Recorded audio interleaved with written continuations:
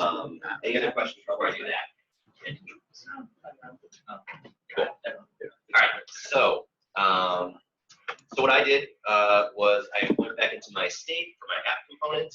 I got rid of my original text thing and replaced it with click count. You can call it count, whatever you want, just so it makes sense to you. And I set it to a default value of 0. Then down here in the app header, I changed the. I'm still passing in text like we originally were doing.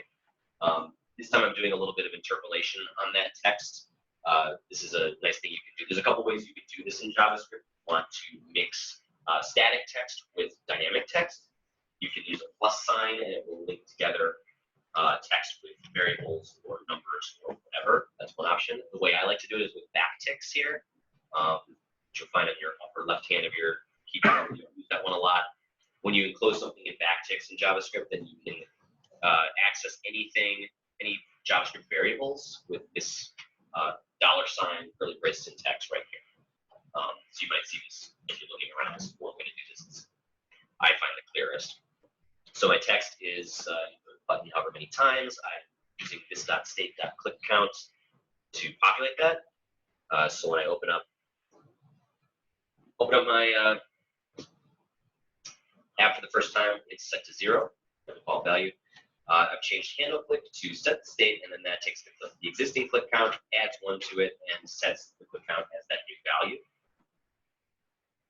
And that's it. That's all I got to do. So it's like most of you arrived at a similar place. As always, there's many ways you can do this. I could have, if I wanted to, I could have added a little bit more logic in the app header itself. I chose not to. Generally, this is the kind of pattern you want to follow in React as much as possible. Sort of have higher level components that are sitting at the top that handle the logic, and keep all the components that you're showing on the screen as simple and dumb as you can make them. So there's not a lot of complexity there. And the main reason you do that is just for your own, for your own organizational purposes, because there's nothing stopping you at all from putting tons of logic in your views, but the more you space that out, the harder it will be to figure out when things are going wrong. Which is one of the great things about React is the whole state props balance really encourages you to think very seriously about where you're putting that state, and then put all your logic there, and then just try to pass props as much as possible. Props are simple and easy, and very easy, and simple to debug, since they don't really change. So, how did everyone feel about that? Is this all making sense? Good about React?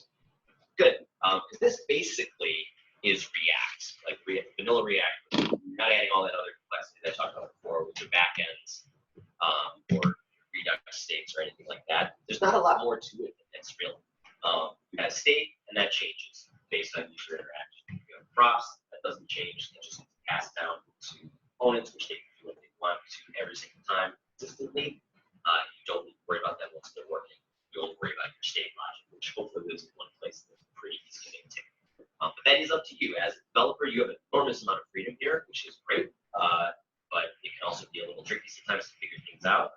And as you get more comfortable with this, you start building more complex software, you're going to probably find that most of your thinking starts to be, how do I manage my state in a smart way? And how do I get my logic working? And it's easy to follow, easy to change, and it doesn't lead to a lot of bugs. And you won't worry as much about the passing down your props and making your components look the way they're supposed to look, because that doesn't really change. And once you master that, you're pretty much set, which is great.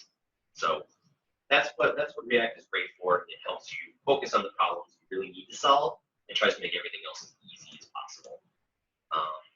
And that's about as far as I think I'm going to go today. If you look at the GitHub repo, you'll see there's some slides for some more complicated stuff, like text fields and checking for errors and things like that. I've never actually managed to get that far into this tutorial. And I think it's just a little bit too advanced right now. I don't want to overload everybody. But you can feel free to look at that, see some more examples in there. And my email address, I'll make sure you all have it on the Slack. So if you have any more questions, if you're interested in finding out more, I'm always happy to answer questions. I will do stuff all day, every day, pretty much. And I really like it. So thanks a lot. Any other questions before? Yes? From what I understand, the React React is moving away from functional, or correction, from class-based functional components. Yes. In your line of work, how many percentage of time do you see functional versus class? We just kind of follow their lead. So yeah, we don't usually use classes unless it's something complicated. If it's, so something that has a lot of very difficult functionality, then the class can be easier to manage that. Basically, it's like, is it easier to use the class than use the class? If it's making it harder on you, writing more code you're not using, then okay. You just kind of have to feel it out. Like I said, it stops being about how do I make this work at a certain point. It's like, how do I do this the right way? Okay. So books are easier to use, right? Sort of. Books are different. Yeah, books allow you to kind of take a little piece of state and just bring it in back wherever, even outside of a component. And their syntax is a little weird, but it's also very light. So once you get used to how they work, you can just throw them in anywhere, and it's great. But it's a little harder to tell what's happening because this right here, having a state that I declare clearly at the top of the class, and anywhere I change it, I clearly use set state. It's much easier looking through this code to figure out exactly when and where and how the state changes. Whereas when you're using hooks, it might be a little trickier unless you're careful to really organize things in a way where it makes sense. So they're easier in the sense that they're less code anywhere. They're harder in the sense that you have to start thinking more about how to use them. Use context. Yeah, context is another way you can pass things down. So context is like props that can be accessed from anywhere. You don't have to explicitly pass them. Just any component that's below the level of where the context was set can use context to pull those props down. And that's basically because, like, if you have an app and your app contains, a main page, and that contains a header, and it contains a body. The header contains a little profile thing, and that has a button. Like, now you've got all these layers, right? This is realistically how your app will look once it starts getting complicated. And I want to pass down something like a log out function. I don't want to start at the top and pass that down to the main page, pass that down to the header, pass that down to the little profile thing, pass that down to the button inside the profile thing. Because at any point, if that breaks, if I move something or screw something up, now I no longer have access to that log. And I might not even know it. Because like I showed you, JavaScript's not going to tell me if this doesn't exist. It might just do nothing. So context lets you skip that at the very top level, say, here's my logout function. And then way down at that button level, say, hey, I'm going to reach the context and grab that logout function and use it. And it makes that easier. So context doesn't require, that's actually a pretty powerful tool, and it doesn't require as much thinking. I don't use it a ton because we use Redux and that kind of fixes it in some ways, but it's great for like just starting out.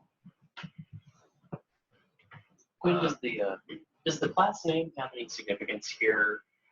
I mean, just outside of like just the CSS. Okay, that is the only thing about it. I didn't think so. I just want to make sure. Cool. Any questions? All right, great. Thanks so much for having me. Thank you.